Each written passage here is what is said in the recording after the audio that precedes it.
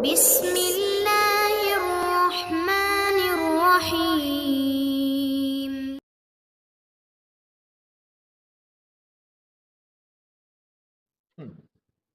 بسم الله الرحمن الرحيم. السلام عليكم ورحمة الله وبركاته.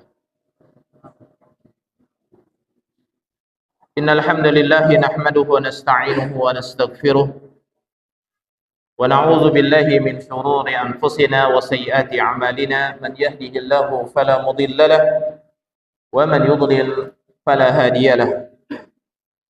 أشهد أن لا إله إلا الله وحده لا شريك له وأشهد أن محمدا عبده ورسوله. يا أيها الذين آمنوا اتقوا الله حق تقاته ولا تموتن إلا وأنتم مسلمون. يا أيها الناس اتقوا ربكم الذي خلقكم من نفس واحدة وخلق منها زوجها وبث منهما رجالا كثيرا ونساء واتقوا الله الذي تساءلون به والأرحم إن الله كان عليكم رقيبا. أما بعد فإن أحسن الكلام كلام الله وخير الهدي هدي محمد صلى الله عليه وعلى آله وسلم وشر الأمور محدثاتها فإن كل محدثة بدعة وكل بدعة ضلالة وكل ضلالة في النار. Ikhwani wa akhwati fillah, saudaraku sekalian, ma'asyiral muslimin, ma'asyiral muslimat, rahimani Allah wa iyyakum.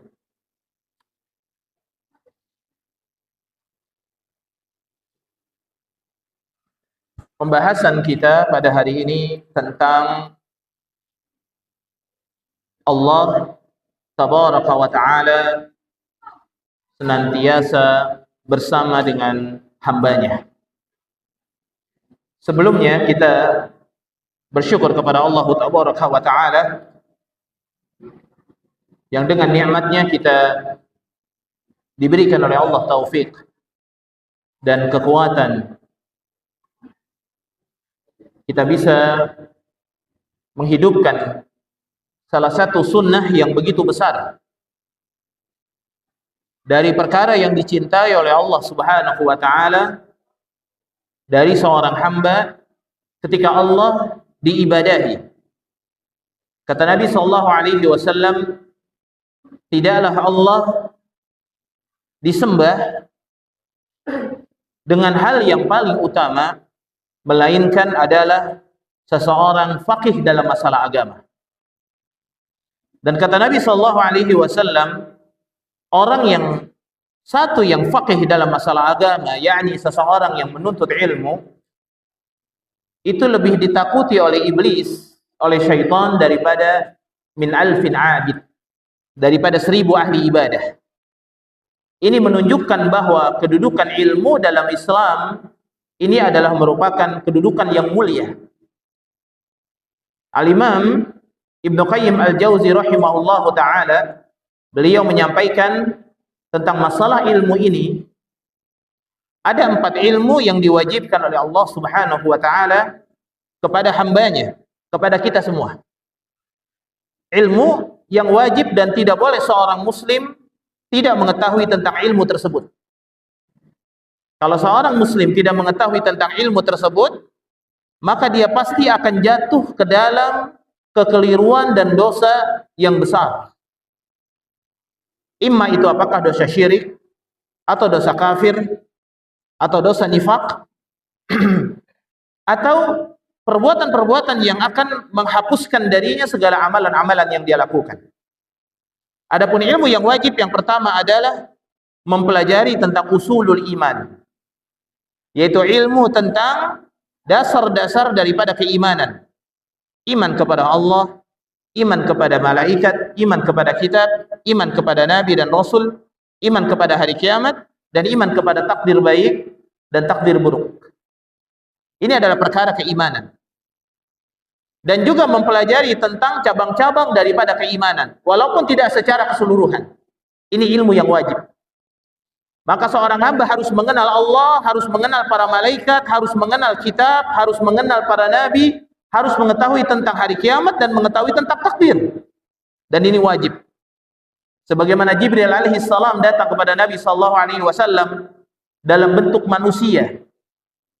Dan ini hadis ini yang sahih diriwayatkan dari seorang sahabat Umar ibn al-Khattab radhiyallahu taala anhu, yang ketika pada saat itu dia bertanya kepada Nabi sallallahu alaihi wasallam, "Akhbirni 'anil iman." Kabarkan kepadaku tentang iman. Dan dikabarkan oleh Nabi sallallahu alaihi wasallam tentang usulul iman. Ini adalah ilmu yang pertama. Ini ilmu yang wajib bagi kita semua. Adapun ilmu yang wajib yang kedua, yaitu adalah ilmu tentang syariat Islam. Seperti salat, puasa, zakat, haji. Walaupun tidak secara sempurna, tetapi rukun dan syaratnya dan yang membatalkan kita tahu. Itu ilmu yang wajib. Kita tahu ilmu tentang zakat, tentang salat, tentang puasa, tentang haji. Kita tahu syarat-syaratnya, seperti misalkan syarat salat harus menghadap ke kiblat. Ya. Begitu juga harus menutup aurat, begitu juga harus bersih dari hadas. Kita harus tahu itu. Dan hal-hal yang membatalkannya kita juga harus tahu. Dan insya Allah masalah ini Bapak sekalian ini sangat paham insya Allah. Dan kita harus terus mengupgrade diri kita menjadi lebih baik lagi dalam memahami syariat Allah Subhanahu wa taala. Agar salat kita diterima, agar zakat kita sempurna, agar haji kita mabrur, agar puasa yang kita lakukan tidak sia-sia. Kalau kita tidak mengetahui tentang hal yang membatalkan puasa, pasti akan sia-sia. Kemudian yang ketiga, ilmu yang wajib adalah ilmu tentang hal yang diharamkan oleh Allah Subhanahu wa taala di dalam surah Al-A'raf ayat yang ke-33. Di dalamnya itu ada 5 hal yang diharamkan oleh Allah Subhanahu wa taala. Ya. Apa yang diharamkan oleh Allah di dalam ayat tersebut? Yang pertama adalah yaitu perbuatan keji yang zahir ataupun yang batin. Perbuatan keji yang zahir ataupun yang batin. Dan segala sesuatu yang dianggap oleh akal kita adalah perbuatan keji. Menurut syariat keji, menurut akal juga keji. Seperti zina, LGBT, ya, pacaran, kemudian ghibah, kemudian provokasi. Ini perbuatan keji. Secara akal, ini juga meyakini ini adalah perbuatan yang keji. Seperti fitnah, mendebarkan kebohongan. Ini perbuatan yang keji, yang zahir ataupun yang batin. Yang kedua, yaitu adalah dosa-dosa besar yang diharamkan oleh Allah Subhanahu wa taala, dosa besar. Dan yang ketiga adalah berbuat semena-mena ya, tanpa jalan yang benar. Dia berbuat semena-mena. Kemudian yang keempat adalah dosa kesyirikan. Dan yang kelima, wa antaqulu 'alallahi ma la ta'lam. Kalian berbicara tentang Allah apa yang kalian tidak ketahui tentangnya. Ini adalah hal yang diharamkan oleh Allah Subhanahu wa taala. Ini harus tahu kita. Kemudian yang keempat adalah ilmu yang wajib bagi kita adalah mengenai masalah mensucikan hati.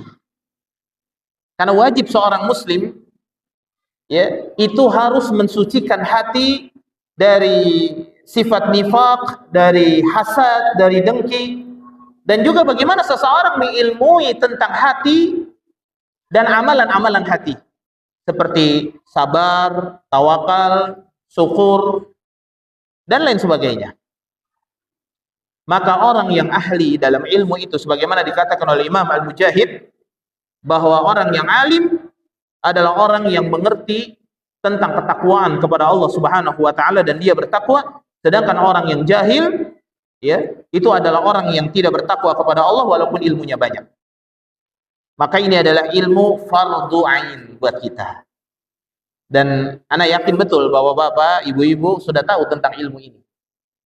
Ya, baik secara sempurna ataupun tidak secara sempurna. Kalau ditanya, apa yang membatalkan sholat? Pasti tahu. Apa yang membatalkan haji? Pasti tahu.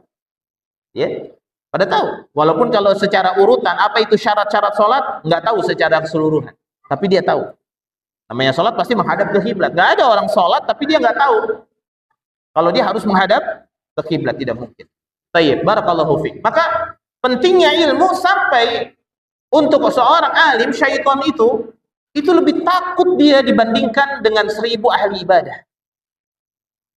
Karena orang-orang yang menuntut ilmu ini, dia akan membantah kejahilan orang-orang yang melampaui batas. Dan yang kedua, dia akan membantah kebatilan para ahlul batil. Orang-orang yang menggunakan akalnya untuk berjalan di muka bumi tanpa syariat Allah Subhanahu wa taala. Dan juga akan membantah orang-orang yang menyebarkan syubhat. Saudara sekalian yang dimuliakan oleh Allah Subhanahu wa taala, ikhwani wa akhwati fillah rahimani Allah wa iyyakum. Adapun pembahasan kita tentang Allah Subhanahu wa taala bersama dengan hambanya, ada 3 sub pembahasan kita pada hari ini. Yang pertama yang dimaksud dengan ma'iyatullah adalah kesadaran seorang hamba tentang muraqabatullah, merasa diawasi oleh Allah tabaraka wa taala. Ini yang pertama. Dan ini pembahasan yang penting sebelum pembahasan tentang bagaimana Allah Subhanahu wa taala kebersamaannya dengan para makhluknya secara akidah. Tapi kita harus mengetahui terlebih dahulu bagaimana Allah Subhanahu wa taala senantiasa dia bersama hambanya, mengawasi hambanya. Perilaku yang menyimpang, perilaku yang disembunyikan oleh seorang hamba dari Allah Subhanahu wa taala, Allah sangat mengetahuinya. Dan kita sudah bersama faham bahwa sesungguhnya Allah Subhanahu wa taala ya'lamu kha'inatal a'yun wa ma tukhfis sudur. Allah mengetahui mata-mata yang berkhianat dan apa yang tersembunyi di dalam hati kita.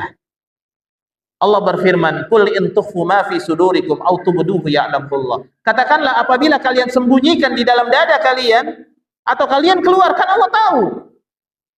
Maka banyak orang-orang yang mati dalam keadaan su'ul khatimah.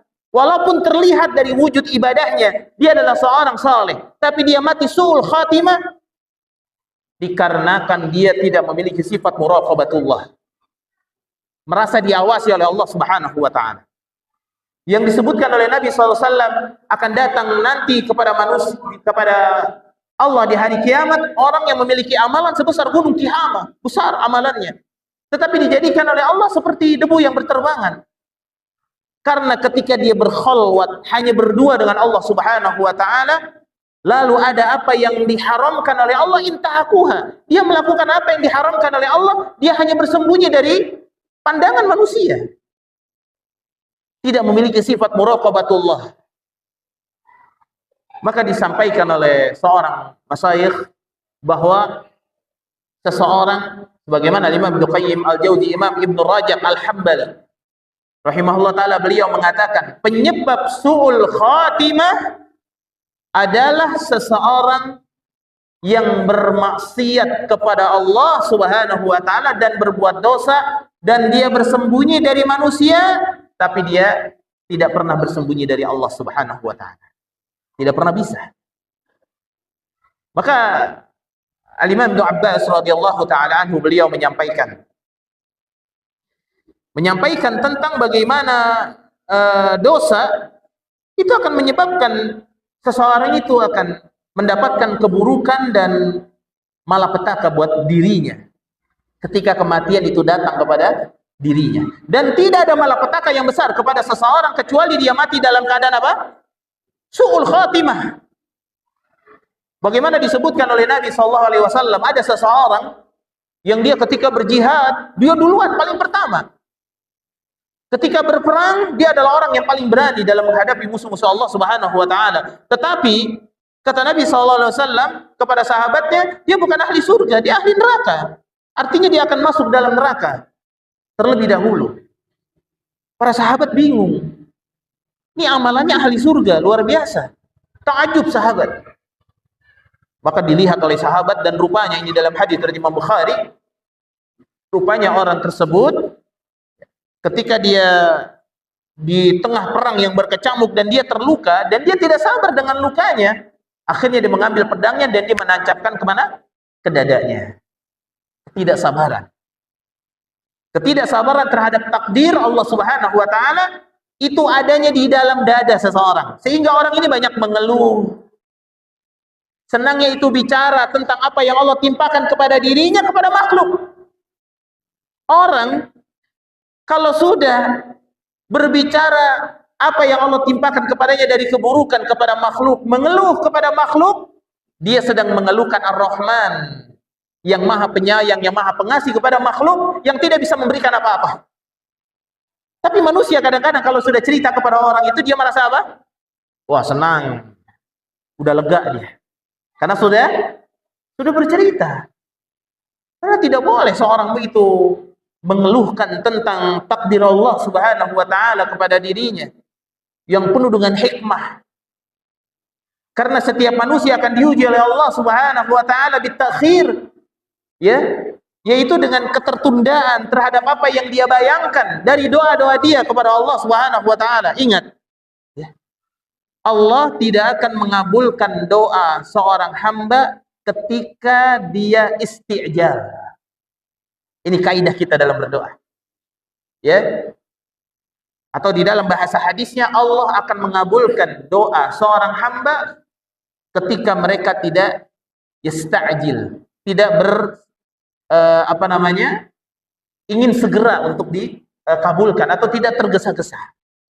Kalau tergesa-gesa dia mau pokoknya besok, ingin tergesa-gesa, ingin dikabulkan, tidak akan dikabulkan oleh Allah.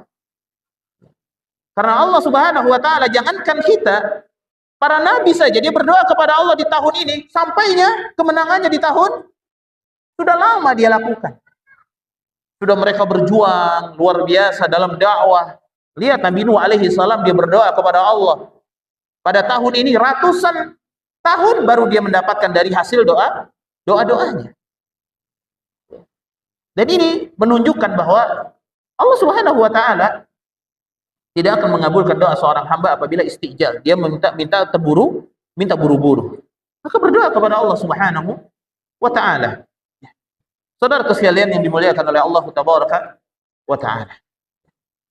Maka seseorang harus menjaga daripada lisannya. Jangan sampai dia mengeluhkan tentang apa yang Allah takdirkan kepada dirinya kepada makhluk. Buat apa? Makhluk tidak bisa memberikan apa-apa. Ya. Apalagi makhluk tidak bisa memberikan manfaat, tidak juga bisa menghindarkan diri kita dari mudarat, tidak bisa memberikan syafaat kepada kita, nggak bisa. Kenapa kita minta pertolongan kepada makhluk dan kita tidak minta pertolongan kepada Allah Subhanahu wa taala? Dan orang yang meminta tolong kepada makhluk dalam perkara yang hanya Allah yang bisa melakukannya, seperti dalam masalah pengampunan dosa, dalam masalah pemberian syafaat, dalam masalah menolong hamba-hambanya, dalam masalah memberikan rizki, menyembuhkan penyakit, ini dia minta tolong kepada makhluk, baik itu makhluk itu masih hidup atau makhluk itu dia sudah meninggal dunia. Misalkan doa dia kepada kuburan atau doa dia kepada orang-orang soleh, minta pertolongan, tapi ya bukan berdoa doang, tapi minta pertolongan, maka dia telah berbuat syirik kepada Allah Subhanahu wa taala. Dan kalau sudah berbuat syirik kepada Allah, apa yang dilakukan? Maka dia tidak akan masuk dalam surga Allah. Waliyazubillah. Maka jauhi perbuatan syirik kepada Allah, minta tolong hanya sama Allah saja. Karena cukup bagi kita Allah Subhanahu wa taala. Dosa itu akan berakibat buruk, apalagi dosa yang tersembunyi. Al-Imam Ibnu Abbas radhiyallahu taala anhu, beliau mengatakan, sungguh sedikitnya rasa malu seseorang ketika berbuat dosa. Atau dia tidak punya malu dengan malaikat yang ada di kanan dan di kirinya ketika mencatat dosa-dosanya, nggak punya malu dia. Kita kalau dosa, Pak, ibu-ibu kalau berbuat dosa, malu nggak? Malu. Tapi ketika kita berkhalwat, hanya kita dan Allah, yang ada di situ hanya Allah yang melihat kita, tidak ada manusia, apakah masih ada rasa malu kita berbuat dosa? Kalau kita punya rasa malu, apalagi terang-terangan berbuat dosa, terang-terangan membesarkan perbuatan dosanya, menunjukkan hawa nafsunya, menunjukkan dosanya, nggak punya rasa malu terhadap perbuatan dosa yang dia lakukan, atau atas malaikat yang berada di kanan dan di kirinya, atau seseorang yang tertawa saat dia melakukan dosa, padahal engkau tidak tahu bagaimana Allah akan berbuat terhadap dosamu ini, maka itu lebih besar daripada dosa yang dilakukan. Kata Ibnu Abbas. Gak punya rasa malu, gak peduli dengan malaikat kanan dan kiri, bahkan tertawa ketika berbuat dosa. Banyak orang tertawa berbuat dosa? Tertawa dia ketika dia berbuat dosa. Dan dia gak tahu apa yang akan Allah lakukan kepada dia dengan perbuatan dosa ini. Maka itu lebih besar daripada dosa yang dikerjakan. Dan kemudian beliau melanjutkan, kesenangannya terhadap dosa yang dia kerjakan lebih besar daripada dosa yang dia kerjakan. Senang dia dengan dosa ini. Atau selanjutnya kata beliau, rasa sedih kalian tidak bisa berbuat dosa. Dia nggak bisa berbuat dosa, dia sedih. Ya, nggak bisa nonton bioskop. Ya, nggak jadi ketemu pacar. Ya, nggak jadi zina. Ya, nggak ACC ribanya. Ya, dia merasa apa? Merasa sedih. Ya, lah udah minjem riba tapi nggak di ACC. Ya, dia merasa sedih tidak bisa berbuat dosa. Merasa sedih tidak berbuat dosa, maka lebih besar dibandingkan dengan dosa yang dia kerjakan. Walaupun dia nggak jadi berbuat dosa, tapi dia sedih tidak bisa berbuat dosa, dia sudah melakukan dosa yang besar. Karena dia tidak tahu Allah Subhanahu wa taala sangat membenci dosa dan dia bersedih tidak berbuat apa yang dibenci oleh Allah Tabaraka wa taala. Ya. Dan kata Imam Ibnu Qayyim Al-Jauzi, akibat ini seseorang bisa ditutup mati hatinya. Sehingga ketika dia berbuat dosa, dia tidak pernah lagi merasa itu perbuatan dosa.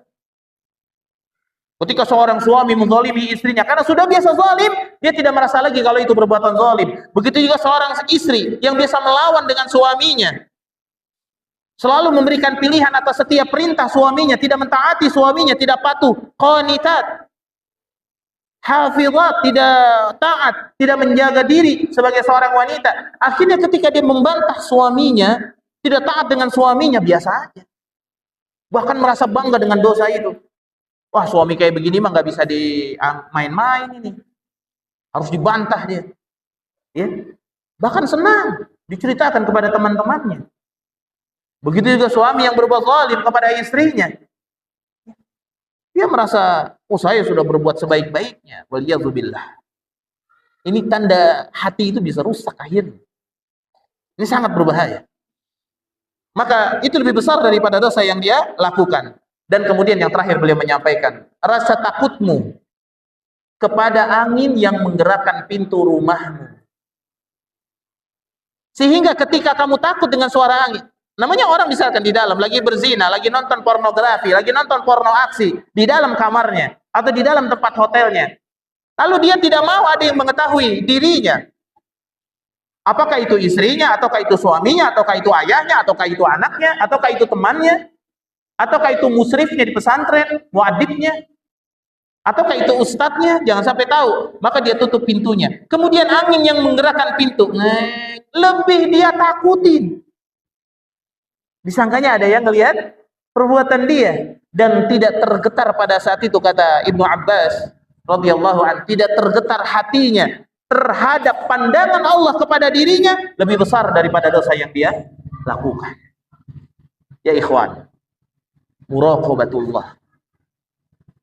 Allah senantiasa bersama dengan hambanya.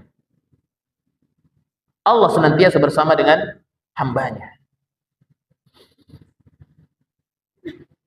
Maka hadis yang diriwayatkan oleh Imam Ibnu Hibban di dalam kitab Hadis Islahul Qulub karya Syekh Abdul Razak bin Abdul Muhsin Al-Badr hafizahullah taala, di dalam bab yang ke-35 beliau menyampaikan, diriwayatkan oleh Ibnu Hibban di dalam sahihnya, Wadhiya Al-Maqdisi, dan dia Al-Maqdisi di dalam Al-Mukhtarat, dan juga dari Usamah ibnu Syariq radhiyallahu anhu. Qala Rasulullah SAW beliau bersabda, ma karihallahu minka syai'an. Tidaklah Allah Subhanahu wa taala membenci darimu sesuatu. Ya, tidaklah Allah Subhanahu wa taala membencimu darimu sesuatu Apabila Allah Subhanahu apa yang Allah benci darimu terhadap sesuatu, fala taf'alhu idza khalauta. Maka jangan pernah kamu kerjakan apa yang dibenci oleh Allah ketika kamu hanya sedang berdua sama Allah. Ketika lagi berdua sama Allah, jangan pernah kamu kerjakan. Karena Allah Subhanahu wa taala ya'lamu ma tusirrun. Allah mengetahui apa yang tersembunyi dalam surat An-Nahl ayat 19. Kemudian dalam surat Al-Baqarah ayat 29 Allah mengatakan innallaha bikulli syai'in alim. Allah dengan segala sesuatu sangat tahu. Kemudian dalam surat Al-Baqarah beliau menyampaikan ayat yang ke-234. Wallahu bima ta'maluna khabir. Allah terhadap perbuatan kalian sangat tahu. Allah sangat tahu. Dan dalam surat Al-An'am ayat 59 Allah mengatakan, "Wa ma tasqutu min waraqatin illa ya'lamuha." Tidak ada daun yang jatuh kecuali Allah tahu di mana daun itu jatuh. Maka hati ini jatuh kemana Allah tahu. Bersedih dengan perbuatan maksiat Allah tahu. Dia bersedih ketika tidak bisa melakukan perbuatan maksiat Allah tahu. Ya. Kemudian di dalam surah Al-Baqarah ayat 235 Allah mengatakan wa'lamu annallaha ya'lamu ma fi anfusikum fahdharu. Ketahuilah sesungguhnya Allah Subhanahu wa taala mengetahui apa-apa yang ada pada diri kalian semua. Fahdharu, hati-hati. Hati-hati. Ya, hati-hati. Dan ini menunjukkan bahwa kita harus senantiasa merasa Allah Subhanahu wa taala berada bersama kita. Ini pembahasan sub yang pertama tentang bagaimana seseorang itu harus merasa diawasi oleh Allah Subhanahu wa taala. Bukan hanya di depan manusia dia menunjukkan amalnya. Di depan manusia dia tunjukkan amalnya, ditunjukkan kesolehannya. Tapi ketika sedang berkhalwat, berduaan dengan Allah Subhanahu wa taala, intahaquha. Dia melakukan dosa yang dibenci oleh Allah Subhanahu wa taala. Kemudian beliau menyampaikan wal yahdharil mar min an takuna halahu kalladzina qala Allahu anhum. Hendaklah seseorang itu berhati-hati ketika keadaannya itu seperti orang-orang yang disampaikan oleh Allah Subhanahu wa taala tentang mereka. Di dalam surah An-Nisa ayat 108, yastakhfuna minan nas. Mereka bersembunyi dari manusia wala yastakhfuna minallah. Tapi mereka tidak bersembunyi dari Allah Subhanahu wa taala, wa huwa ma'ahum iz yubayyituna ma la yarda minal qaul. Allah bersama dengan mereka semua. Wa huwa ma'ahum, Allah bersama dengan mereka. Iz yubayyitun, ketika mereka sedang bersembunyi di rumahnya, di sebuah tempat yang tersembunyi, mengadakan pembicaraan rahasia, ma la yarda minal qaul. Perkataan yang tidak diridhoi oleh Allah Subhanahu wa taala. Dan berkata Syekh Abdurrahman As-Sa'di rahimahullah taala, wa hadza min dha'fil iman. Ini adalah menunjukkan kelemahan iman seseorang. Wa nuqsani al-yaqin, dan berkurangnya keyakinan seseorang. Antakuna, dia menjadikan rasa takut kepada al-khalq, kepada makhluk, itu lebih besar daripada rasa takutnya kepada Allah Subhanahu wa taala. Waliyadzu billah. Ya. Ini menunjukkan maka kita harus senantiasa merasa diawasi oleh Allah Subhanahu wa taala. Kemudian yang kedua, yang disebut dengan ma'iyatullah di dalam kitab Fawaidul Musla fi sifatillahi wa asma'ihil husna. Ada beberapa kaidah, ada 5 kaidah tentang ma'iyatullah, kebersamaan Allah dengan makhluknya. Kebersamaan Allah dengan makhluknya. Tentang sifat Allah, bahwa Allah bersama dengan makhluknya. Apakah Allah bersandar dengan makhluknya? Tidak. Apakah Allah membutuhkan makhluknya? Tidak. Maka ketika disebutkan bahwa Allah Subhanahu wa taala di atas langit, bahwa Allah beristiwa di atas arsy, itu bukan menunjukkan bahwa Allah membutuhkan arsy, sehingga ditakwilkan oleh sebagian daripada kaum muslimin. Tidak perlu ditakwilkan. Karena Allah Subhanahu wa taala beristiwa di atas arsy, dan seluruh orang-orang Arab sudah mengetahui tentang yang namanya istiwa. Istiwa Ya. Itu adalah ketinggian, al-ulu wartafa'a. Itu sudah tahu. Jadi tidak perlu ditakwil lagi. Karena mentakwil sifat Allah ini bukan bagian daripada ahlu sunnah. Kita tidak mentakwil. Ya. Maka ketika budak Jariyah, budaknya Muawiyah bin Hakam, dia ditanya oleh Nabi SAW, budak perempuan, Aina Allah, di mana Allah? Maka dengan tegasnya dia mengatakan, Allah fis sama, Allah di langit. Tegas. Enggak tendeng aling-aling. Ya. Akidah itu kalimat yang jelas. Ditanya di mana Allah, lihat Rasul bertanya di mana Allah. Tapi ada sebagian daripada manusia, dia nggak mau kalau Allah itu ditanya Allah di mana, nggak usah nanya Allah di mana. Bahkan mengatakan la makan, Allah nggak punya tempat.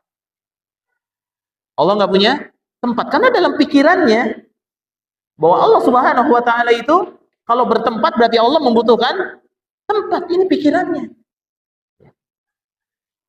Karena selalu mengatakan tentang sifat Allah ini, nah ini nanti ada pembahasan dalam asma sifat ya. Karena dia selalu berpikir tentang sifat Allah itu, pasti kalau Allah mensifati dirinya dengan wajah, dengan tangan, itu adalah majaz. Bukan hakikat. Padahal kalau tidak kita belajar tentang ilmu bahasa Arab, ya harusnya mereka jujur, apa itu majaz, apa itu hakikat. Dia harus tahu itu. Ya.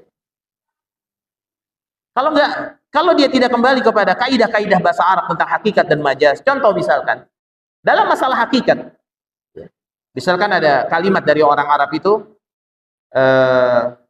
singa, ya, berada di hutan misalkan, ya, singa mengaum di hutan.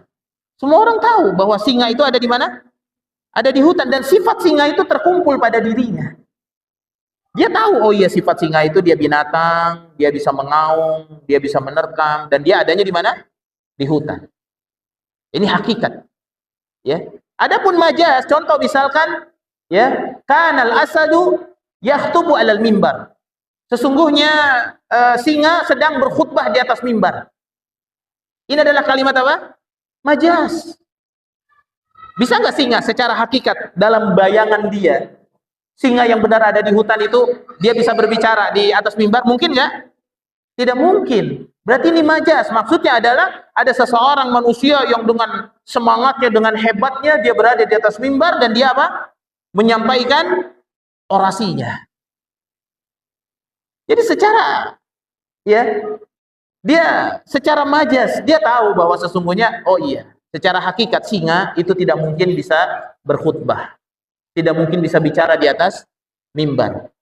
Maka kalau memang sifat Allah itu adalah majaz, berarti dalam benak mereka ini fatal sekali, fatal. Berarti dalam benak mereka ada sesuatu yang mustahil bagi Allah Subhanahu wa taala. Jadi mereka langsung memustahilkan Allah Subhanahu wa taala. Mustahil Allah punya wajah, nggak mungkin bisa. Seperti mereka membayangkan singa nggak mungkin berkhutbah di atas mimbar. Nah, ini penjelasan sedikit ya tentang masalah, jangan sampai ditakwil dalam masalah-masalah sifat Allah. Karena sifat Allah semuanya hakikiyah. Itulah ahlu sunnah. Dan sifat Allah tidak ada yang majaz. Ya, sifat Allah tidak ada yang majaz. Baik. Tentang ma'iyatullah. Hujan ya? Alhamdulillah. Baik. Kalau yang punya helm kehujanan, hati-hati di itu aja ya, disingkirkan. Yang pertama, tentang ma'iyatullah adalah anna Allah Subhanahu wa taala, bahwa sesungguhnya Allah Subhanahu wa taala yang memiliki sifat selalu bersama dengan makhluknya. Allah Subhanahu wa taala yang memiliki sifat selalu bersama dengan makhluknya. Ini perkara yang sudah jelas di dalam Al-Qur'an, di dalam As-Sunnah dan ijma' para sahabat. Jadi kebersamaan Allah Subhanahu wa taala dengan makhluknya, selalu bersama makhluknya, ini adalah nas akidah yang jelas yang dijelaskan di dalam Al-Qur'an, As-Sunnah dan ijma' para sahabat. Jadi nggak boleh kita mengatakan, kita lagi nggak bersama Allah ini. Karena Allah selalu bersama dengan makhluknya. Ya. Allah mengatakan dalam surat Al-Hadid ayat yang keempat, wa huwa ma'akum aina ma kuntum. Bahwa sesungguhnya dimanapun kalian berada, maka Allah bersama dengan kalian. Dalam surat Al-Hadid, surat yang ke-57 ayat yang keempat. Dan juga Allah mengatakan dalam surat An-Nahl ayat 128, innallaha ma'al ladzina taqaw wal ladzina hum muhsinun. Allah bersama dengan orang yang bertakwa dan orang yang berbuat baik. Ya, ini menunjukkan Allah senantiasa bersama dengan hambanya.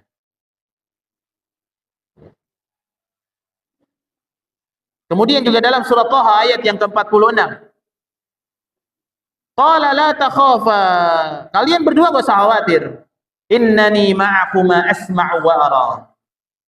Saya ini bersama kalian berdua. Ya. Ini ketika apa? Nabi Musa dengan Nabi Harun. Nabi Musa dengan Nabi Harun yang dia diperintahkan oleh Allah berdakwah kemana?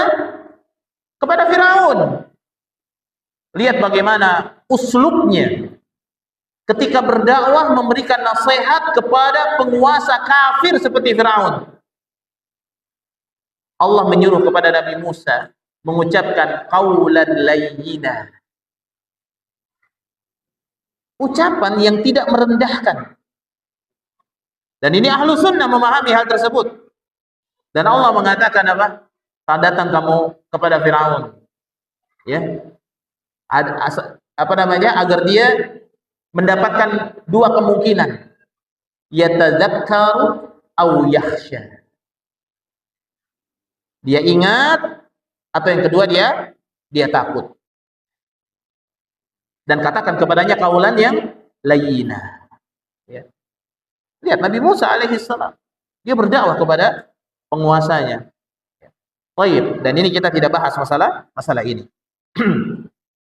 Maka ketika Nabi Musa dan Harun dia dalam kondisi takut, qala la takhafa, enggak usah takut kalian berdua. Innani ma'akum, saya bersama kalian berdua. Asma'u wa ara, saya mendengar dan saya melihat. Ya. Baik. Ini yang pertama. Jadi kebersamaan Allah dengan makhluk itu sesuai dengan nas Al-Quran, As-Sunnah dan juga ijma. Tidak boleh diingkari. Kemudian yang kedua, kaidah yang kedua bahwa di dalam Qawaidul Musla tentang sifat Allah, bahwa sifat bersamanya Allah terhadap makhluk adalah hak, benar. Sifat bersamanya Allah terhadap makhluk adalah hak, benar. Sesuai dengan hakikatnya. Jadi Allah bersama dengan makhluk itu sesuai dengan apa? Hakikatnya.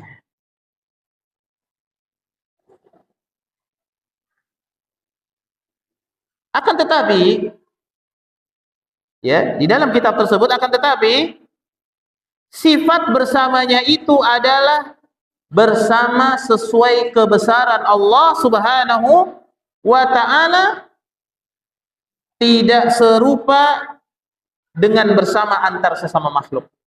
Jadi tidak serupa. Jadi kebersamaan Allah dengan makhluknya tidak seperti kebersamaan makhluk dengan makhluk.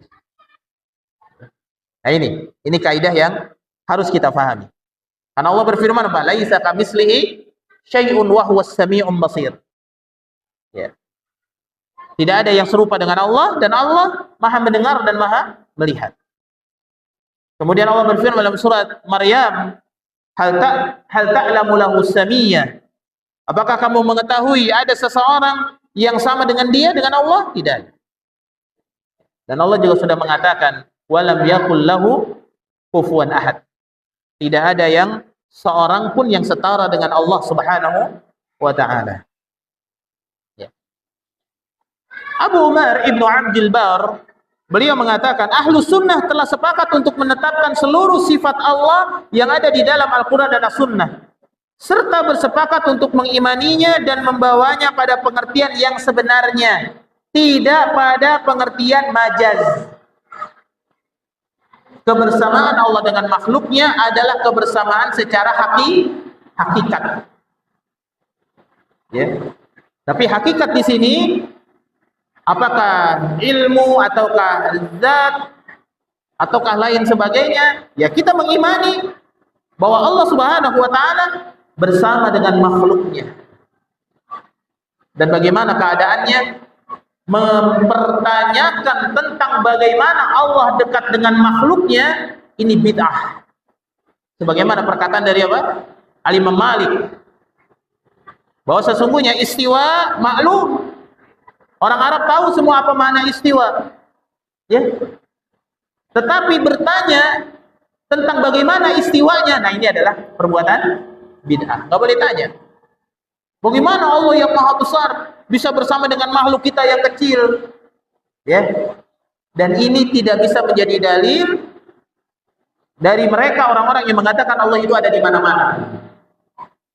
Karena Allah tidak menyebutkan bahwa dirinya ada di mana? Di mana-mana. Allah hanya mengatakan, dimanapun kamu berada, maka Allah akan bersama kamu. Ya. Para mufassir ada yang mengatakan bahwa Allah bersama kita, Allah akan menolong kita. Ada yang mengatakan Allah akan menjaga kita. Dan lain sebagainya. Ada yang mentafsirkan bahwa ilmu Allah bersama dengan kita. Dan ini sesuai dengan ada beberapa ucapan dari as-salaf demikian. Ya.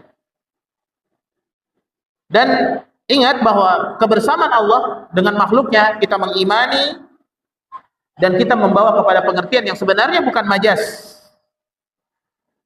Dan ahlu sunnah tidak mentakyif, ya, tidak bertanya tentang bagaimana atau membayang-bayangkan hal yang sesungguhnya terjadi, karena dia nggak tahu yang terjadi sebenarnya. Nggak usah dibayang-bayangin. Bagaimana ya Allah bisa bersama dengan kita? Ya, nggak usah dibayangin. Intinya Allah menolong kita, Allah menjaga kita, Allah mengetahui apa yang tersembunyi di dalam dada kita. Yang tidak kita keluarkan, Allah berikan kepada kita. Apalagi kita keluarkan. Dan dengan sifat-sifat tersebut kita tidak menetapkan batasan bagi sifat Allah Subhanahu wa taala. Ya. Baik, ini dijelaskan juga di dalam Fatwa Al-Hamawiyah. Ya. Ada di dalam kitab juga Majmu'atul Fatawa. Kemudian yang ketiga, sifat bersamanya Allah dengan para makhluk ini memiliki pengertian bahwa Allah adalah ilmunya. Memiliki juga pengertian bahwa Allah adalah ilmunya atau kekuasaannya atau pendengarannya atau penglihatannya atau kesultanannya atau pengaturannya. Dan semua wewenang Allah Subhanahu wa taala meliputi makhluknya. Kita dengarkan azan terlebih dahulu baru kita lanjutkan. Baik, barakallahu fiik. Baik, barakallahu fiik.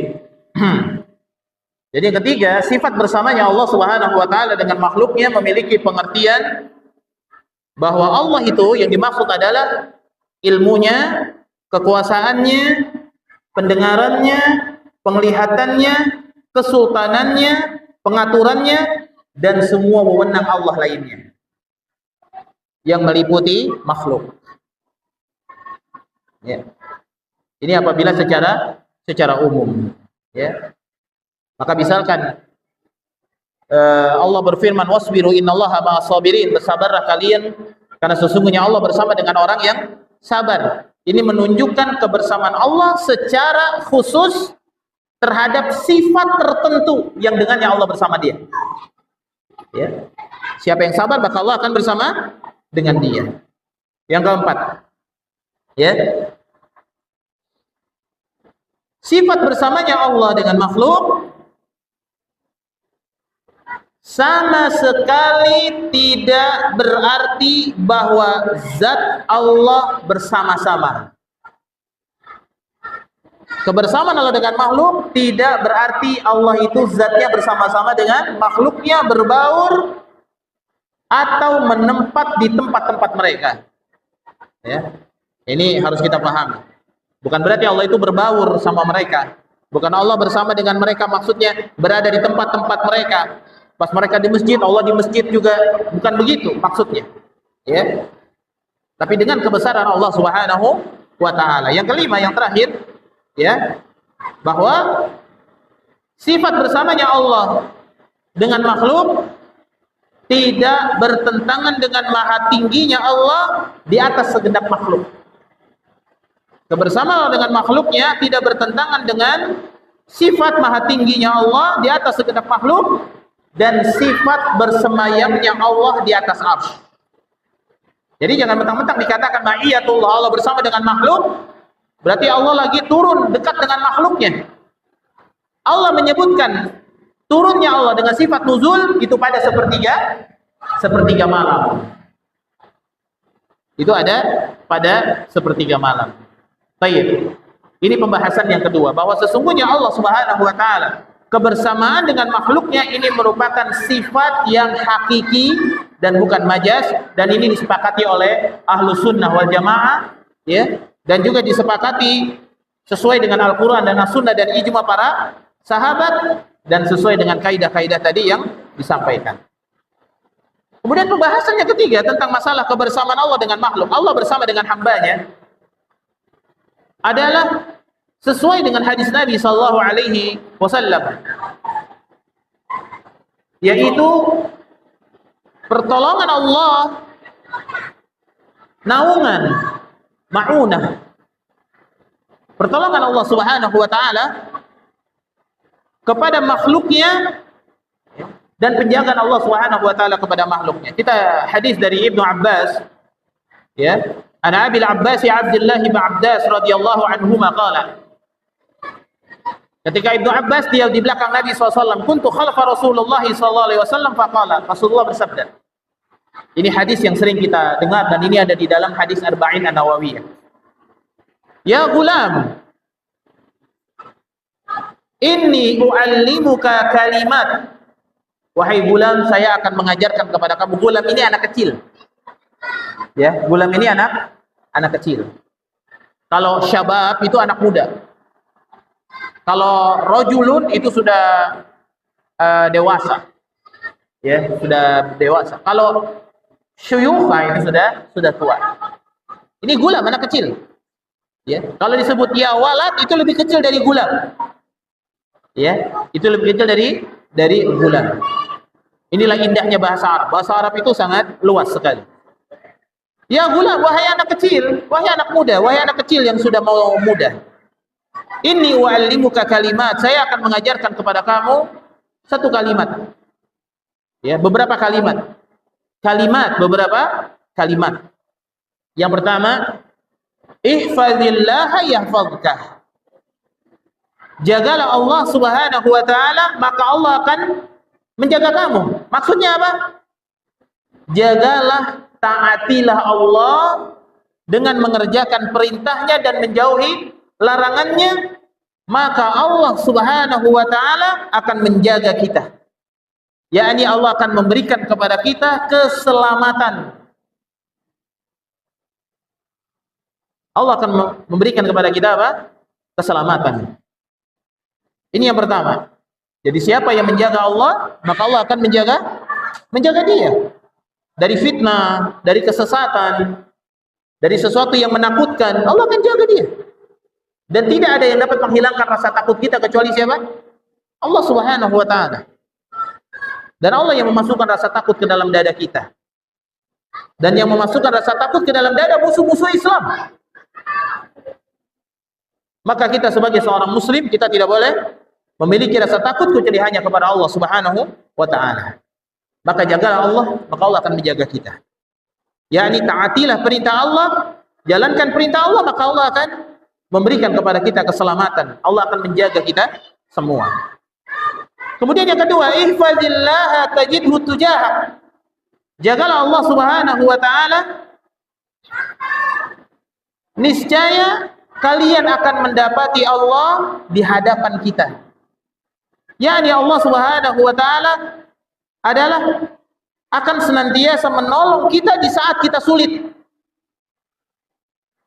Sebagaimana dijelaskan oleh para ulama bahwa ini maksud dengan Allah berada di hadapan kita adalah Allah akan menolong kita ketika kita dalam keadaan sulit.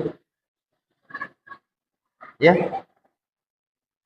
Dan ingat, pertolongan Allah di saat sempit itu akan datang karena sesuai dengan besarnya ketaatan kita di saat lapang. Pertolongan Allah, besarnya pertolongan Allah di saat sempit sebanding dengan apa? Ketaatan kita di saat kita lapang. Maka pada saat kita punya waktu luang, kita nggak taat sama Allah. Pada saat kita diberikan harta, kita nggak berinfak, kita nggak bersedekah, kita nggak berbuat baik. Maka pada saat kita sempit, Allah pun tidak menolong kita. Sebagaimana pada saat kita lapang, kita tidak taat kepada Allah Subhanahu wa Ta'ala. Ya. Makanya kita harus berhati-hati. Ya. Kemudian, idza sa'alta fas'alillah. Kemudian pesan yang ketiga, kalau kamu berdoa, minta sama Allah. Jangan minta sama yang lain. Karena yang lain nggak bisa berbuat apa-apa kepada kita. Kemudian pesan yang keempat kata Nabi, wa idza sta'anta fasta'in billah. Kalau minta tolong hanya kepada Allah. Jangan sama makhluk. Makhluk nggak bisa berbuat apa-apa. Makhluk juga butuh ditolong. Mana mungkin orang yang butuh ditolong, dia mau menolong kita. Ya. Wa yasta'anta fasa'in billah. Minta tolong hanya kepada Allah Subhanahu wa Ta'ala. Kemudian Rasulullah mengatakan, wa'lam annal ummata law istama'at ala ayyan fa'uka bi syai'in lan yanfa'uka illa bi syai' qad kataballahu lak. Kalau seandainya umat ini semua berkumpul ingin memberikan manfaat kepada kamu dengan sesuatu apapun, mereka tidak bisa memberikan manfaat kecuali dengan apa yang sudah Allah tetapkan. Begitu juga mereka berkumpul ingin memberikan mudarat kepada kamu, mereka tidak bisa memberikan mudarat kepada kamu kecuali apa yang sudah Allah tetapkan. Rufi'atil qalam. Qalam sudah diangkat tentang takdir. Ya, dan sudah ditulis semuanya di dalam as-suhuf. Ini menunjukkan bahwa senantiasalah kita taat kepada Allah Subhanahu wa Ta'ala. Maka Allah akan senantiasa menjaga kita, dan kebersamaan Allah dengan makhluknya berupa pertolongannya kepada orang-orang yang senantiasa menjaga ketaatannya kepada Allah Subhanahu wa Ta'ala. Maka kalau kita ingin ditolong oleh Allah, ingin senantiasa diberikan kemudahan oleh Allah, maka pada saat kita diberikan kemudahan oleh Allah, maka besarkan ketaatan kita kepada Allah Subhanahu wa Ta'ala. Ada waktu luang, kita senantiasa menuntut ilmu, kita senantiasa salat, berpuasa, taat kepada Allah dan Rasulnya dengan sebaik-baiknya. Maka pada saat kita sempit, Allah akan sempurnakan bagi kita pertolongannya. Semoga Allah memberikan kebaikan kepada kita semua dan menjauhkan kita dari segala keburukan dan tidak ada tanya jawab, ya. Dan mudah-mudahan Allah Subhanahu wa Ta'ala memberikan kepada kita keistiqomahan, dan insyaallah di bulan yang akan datang kita akan melanjutkan dengan kitab, ya, yaitu kitab karya Imam Abdurrahman Syekh Abdurrahman As-Sa'di, yaitu adalah Ar-Riyad An-Nadirah, yaitu nasihat-nasihat seputar ibadah-ibadah yang agung dalam Islam.